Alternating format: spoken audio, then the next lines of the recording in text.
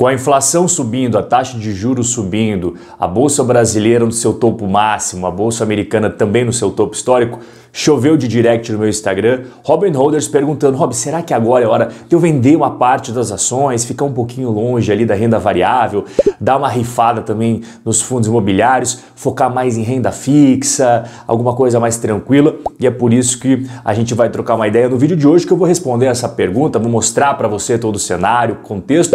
Então já vai sentando o dedo no like, na confiança, e você que ainda não é Robin Holder, não precisa se preocupar, não precisa soltar o dedo no like, mas aperta aqui embaixo em se inscrever, coloca ali para receber as notificações no sininho para você receber esses conteúdos em primeira mão toda vez que eu postar. E já que eu vou responder a dúvida sobre vender ações, vender fundos imobiliários, será que é a hora, será que não é a hora? Eu quero que você escreva aqui embaixo qual foi o último investimento, pode ser ação, fundo imobiliário, stock, REIT, ETF, tanto faz, algum investimento que você rifou da carteira, qual foi o último que você mandou embora. Nesse vídeo eu poderia chegar e falar, ó, ação A, B, C, D, E, F, fundo imobiliário A, B, C, D, pronto, fechou, 30 segundos de vídeo, mas você não ia ter o mais importante, que é o porquê que eu cheguei naquele raciocínio. Por que eu penso daquela forma? Por que eu gosto desse setor e não gosto desse? O mais importante nesses vídeos que eu faço para você é você entender o racional por trás dos investimentos. Então vamos dar uma olhada no que está no meu radar aqui. Eu vou trazer todo o contexto global do Brasil, que você vai entender tudo. Como que eu chego naquele produto final, como é que eu chego naquele raciocínio final. O Brasil continua na direção da retomada econômica devido à vacinação. A variante Delta, que era uma grande preocupação, geralmente contamina os jovens não vacinados. O sentimento hoje no Brasil entre os empresários, o pessoal da indústria, o pessoal de serviços, o pessoal do comércio, é de certo otimismo, de retomada mesmo com essa recuperação que a gente está vivenciando, principalmente devido à vacinação em massa, e o cenário político é aquilo que dá uma segurada. Como sempre, o pessoal do Congresso, os deputados, os senadores, o pessoal do Executivo, todos sempre brigando entre eles, traz um cenário para 2022 que já está complexo em 2021. O Brasil já está polarizado, a terceira via até agora de fato não trouxe nenhum nome que causasse impacto. De um lado está o Lula, do outro lado está o Bolsonaro, e já está tendo embate nas redes sociais, está todo mundo já falando sobre isso. O Brasil já está se dividindo, é invisível isso daí. Deixando de lado a política, que eu não sou muito fã de coisas políticas, e focando no que importa, a vacinação. Olha só que número importante, 122 milhões de doses já foram aplicadas no Brasil, esses dados são os mais atualizados, e o número que me chama a atenção é aqui, ó, total de pessoas que estão totalmente imunizadas, que receberam as duas doses ou dose única, enfim, está imunizado, já está pronto para jogo, quase 34 milhões. Tudo bem, que você fala, Rob, mas 16% da população brasileira, eu concordo, 16% é baixo, mas o Brasil é um país gigantesco. E quando a gente vê em números absolutos, 34 milhões de pessoas que já estão de boa, excelente. E isso reflete exatamente nesse gráfico, ó. Novos casos, que é a barra cinza, e novos óbitos, que é o gráfico em azul, caindo mês após mês, semana após semana. E quando a gente pega um país que já está com as coisas mais avançadas, já está tendo jogo de basquete com público, jogo de beisebol, você já assistiu o jogo de beisebol especial Home Derby, estava simplesmente lotado o estádio, e a gente vê, opa, está acontecendo isso nos Estados Unidos, vai acontecer com o Brasil daqui a alguns meses. Olha os novos casos nos Estados Unidos, mesma coisa do gráfico, olha como já não está mais preocupando tanto assim, os americanos já estão voltando à vida ao normal, e aí dá-lhe retomada no Brasil daqui a pouco tempo. E teve algo que me deixou um pouco triste não, fiquei extremamente bravo, essa é a palavra correta.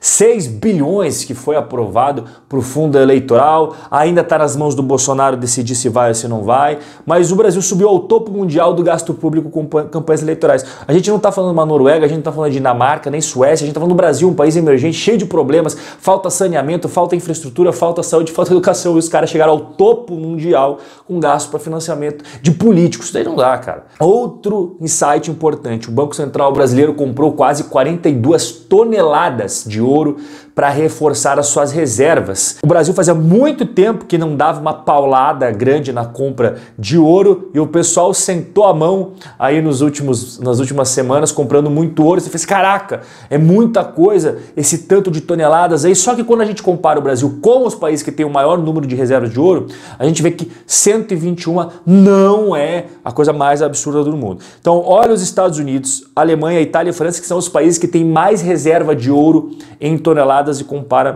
com o Brasil. Então o Banco Central brasileiro pensou o seguinte, caramba, Estados Unidos, Europa, o mundo inteiro, na verdade, imprimindo dinheiro sem parar. Obviamente que isso impacta na inflação, eu vou falar da inflação daqui a pouco até, que é uma das dúvidas do pessoal. Taxa de juros sempre caminha lado a lado com a inflação. E aqui está a taxa de juros brasileira do começo do ano até agora, junto com o IPCA, que é a inflação oficial do nosso queridíssimo Brasil. Olha como vem subindo a taxa de juros e a inflação vem subindo também.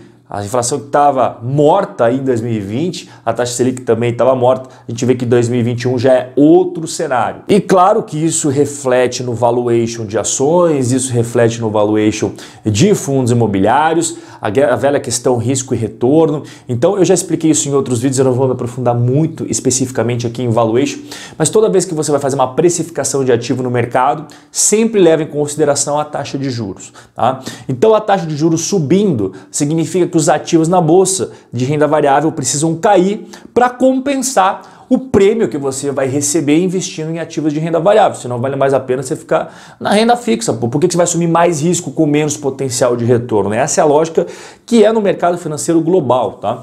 Uma coisa interessante aqui do Brasil é que a produção industrial e o índice de confiança da indústria vem subindo. Isso é uma coisa boa, isso aqui a gente está falando de economia real. Tá? E a economia real impacta diretamente no resultado das empresas da Bolsa. E até aqui, já dando um insight que eu vou abordar sobre fundos imobiliários também, faturamento dos shoppings e fluxo dos shoppings. O faturamento é o pontilhado, o fluxo é o laranjinha. Cara, desde março as coisas estão melhorando mês após mês para os shopping centers no Brasil. Eu já fiz vários vídeos falando que eu tenho uma opinião bem positiva com a retomada dos shoppings no Brasil. Se você é Robin Holder, você já viu falar outras vezes e continuo com a mesma opinião. E aqui está um gráfico que fundamenta a minha opinião positiva, não apenas sobre os fundos imobiliários de shopping centers, como também os fundos imobiliários de lajes corporativas. Eu não acredito que o home office vai reinar. Eu acredito num modelo híbrido, em que as empresas vão conceder para alguns funcionários, não todos, e também depende do setor da economia que a gente está falando. Ah, cara, fica 4 dias no escritório e 1 em casa, talvez 3 no escritório e 2 em casa, mas isso não vai se aplicar para a economia como um todo, massificado, adesão em massa ao home office. Eu sinceramente não acredito nem no Brasil e nem nos Estados Unidos. E olha que curiosidade importante, montadoras de veículos no Brasil têm preferido a produção de modelos mais caros diante da falta de componentes eletrônicos no mercado. Esse problema de abastecimento aí desses componentes já faz tempo que está pegando, mas dá uma olhada nessa informação, que legal, cara. A taxa de carros vendidos com valor abaixo de R$70 mil no país antes era de 60%. Aí em 2020 caiu para 47% e agora em 2021 só 32% do total de carros vendidos no Brasil valor abaixo de R$70 mil. Eu dei uma mostrada para você aqui sobre o cenário brasileiro, agora eu vou trazer um pouco o contexto global, porque a gente vive num mundo globalizado e o mercado de renda variável também é todo interligado. A inflação nos Estados Unidos atingiu a máxima em 13 anos. Quando a gente pega o gráfico de inflação nos Estados Unidos, ele estava de certa forma controlado, mas a partir do momento que houve aquela impressão maciça de dinheiro para pagar benefício para todo mundo, benefício disso, benefício daquilo, cheque para cá, cheque para lá, não sei o que lá. Você lembra dessa época aí? Eu falei, fiz vários vídeos mostrando aqui para você. Consequentemente, a inflação cresceu igual eu mostrei no gráfico. E quando a gente pega coisas específicas da economia americana, tem algumas coisas que chocam realmente. O preço dos carros usados subiu 45%, a gasolina 45%, gás para casa 15%, serviço de transportes 10%. E o PIB da China cresceu quase 8% no segundo trimestre, abaixo do esperado, mas é que a galera tem umas expectativas da China que fica inviável você querer que a China cresça 20% a cada trimestre. Eu gosto de pegar sempre o histórico para a gente entender o monstro que nós estamos analisando. Então aqui são gráficos anualizados do PIB chinês e, cara, olha da onde saiu, olha para onde chegou. Então o cara tá reclamando que está crescendo 8% no trimestre. Porra, cara, a China é um monstro, é hoje o maior adversário dos Estados Unidos na economia global, ainda não ocupou a posição número 1 dos Estados Unidos na questão de poderio econômico, militar e político, mas é hoje sim um grande desafiante à hegemonia norte-americana de poder mundo afora. E aí quando a gente sai desses baita países, sai um pouco dos Estados Unidos, sai um pouco da China e vai para países que o pessoal não dá muita bola, mas que serve para a gente como lição de como políticas erradas terminam influenciando a sua vida, a gente não pode deixar de lado de falar de Cuba. Pior crise econômica em 30 anos. E tá saindo o tempo inteiro vídeo, as pessoas se quebrando no pau, os policiais brigando com a própria população, grupos paramilitares, é uma coisa, é uma zona. A Cuba realmente está numa crise muito séria, vamos torcer para não entrar em guerra civil. E ao mesmo tempo, o presidente, que é o Díaz-Canel, que é aliado ali do Raul Castro, tal, sei lá, né, o cara que o Raul Castro colocou para assumir a bucha lá em Cuba, falou que o que o mundo está vendo de Cuba é uma mentira. Então tudo que você viu de imagens, vídeos, protestos é uma grande mentira, tá todo mundo trazendo fake news para você, pelo amor de Deus.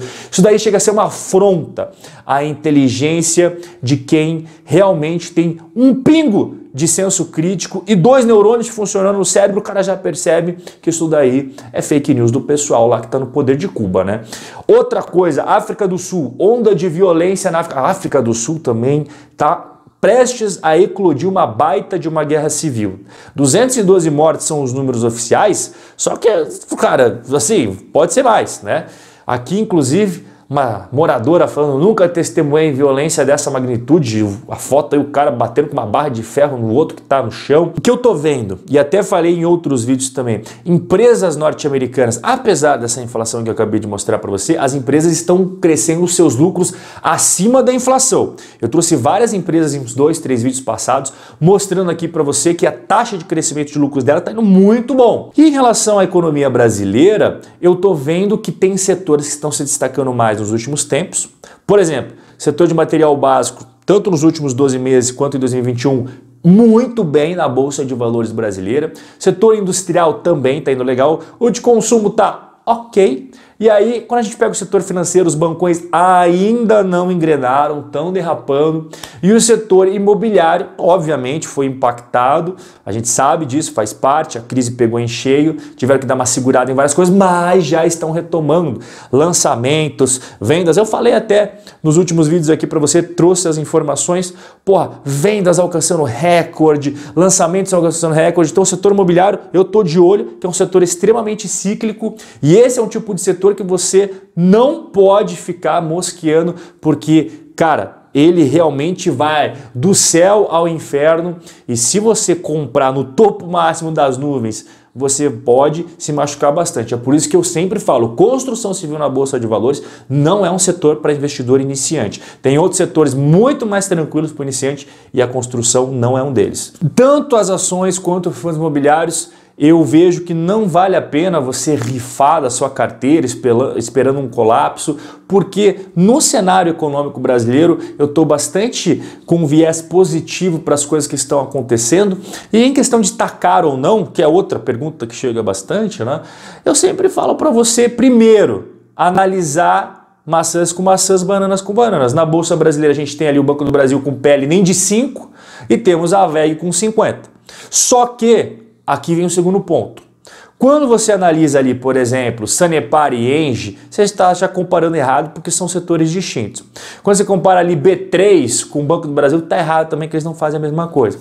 Além disso, tem um terceiro ponto que é a questão da taxa de crescimento do lucros. Até no vídeo passado eu mostrei, pô, a VEG está com PL de 50, mas ela está crescendo seus lucros muito a cada ano que passa. Então, quando o cara fala tá caro, você tem que perguntar assim, beleza, irmão, comparado com o que você disse que tá caro?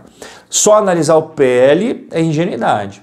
E em questão do dividend yield, olha, a gente tem vendo a Engie, que eu considero uma das melhores ações da Bolsa, negociados com um PL que eu não considero caro e um dividend yield que eu considero muito bacana para uma ação na Bolsa Brasileira. Então eu não vejo que também a Bolsa Brasileira está cara. Tem umas ações que realmente estão com PL lá para cima, mas sem que sempre dar uma analisada caso a caso. Inclusive, você já viu que eu fiz vários vídeos aqui no canal já, as ações promissoras da Bolsa, as ações com maior potencial da Bolsa, e eu compilo tudo isso nesse quadradinho mágico que você está vendo, que é a data que eu falei a primeira vez publicamente o investimento até a última vez que eu atualizei. E eu vou atualizar isso daqui ainda na próxima semana para trazer esses retornos atualizados, mas olha só, Arezzo. Arezzo é um case exatamente que converge com tudo que eu expliquei para você agora, né? Reabertura dos shoppings, reabertura do comércio, as pessoas voltando a consumir mais os calçados, as bolsas, todas as coisas que a Arezzo produz. Bastante otimista ainda, aí tem uma visão otimista. Eu não vou falar muito aqui de ações americanas hoje, então vou pular aquelas ali, mas o Mercado Livre, apesar de ser uma ação americana, ainda é uma das minhas preferidas em relação a tudo que ele vem fazendo no Brasil. Aqui nós temos a Ferbasa, a Unidas, duas companhias que não são tão grandes, mas também vejo com bons olhos. A Ferbasa aproveitando a questão das commodities, que é muito importante, você sempre está ligado no ciclo das commodities, e a Unidas, que não é tão grande quanto a Localiza, mas é uma empresa que vem apresentando resultados muito bons e também se beneficia de uma volta da abertura econômica como um todo. Aqui nós temos a Schultz, que eu já expliquei exatamente o que a Schultz faz em outros vídeos. Também tenho ainda uma visão positiva sobre essa companhia, apesar de ela ainda não ter engrenado aqui nas suas cotações, e também vejo com bons olhos a Fleury. Eu vejo que a Fleury foi muito impactada ao longo de toda a pandemia, não podendo fazer exames que não eram considerados essenciais, e muito da grana da Fleury não vem de exames, digamos, super essenciais. E aí, quando tudo volta ao normal, a Fleury volta a fazer bonito como ela sempre fez, só que obviamente foi impactado aí durante toda essa crise. Então, pessoal, vender tudo com medo, porque você está vendo muita notícia, está vendo muito portal financeiro, está vendo muito jornal da TV, não é a solução. A solução é uma carteira diversificada com ativos de qualidade dentro. Se você quer aprender mais como colocar ativos de qualidade dentro, assista todos os vídeos que eu boto aqui, é gratuito para você, cara. Tem tanta coisa grátis de informação aqui no canal. Tira um tempinho ali, assiste os vídeos com calma, que vai te trazer muito mais clareza e tranquilidade para você tomar suas decisões. E se você quiser dar um passinho a mais, também tem um curso gratuito que eu ofereço aqui embaixo. Primeiro link na descrição. 4 aulas 100% digitais gratuitas exatamente para você investir com muito mais tranquilidade e confiança. Vai aprender a selecionar ações, montar uma carteira sólida e diversificada. O nosso bate-papo chegou ao final. Forte abraço e até a próxima.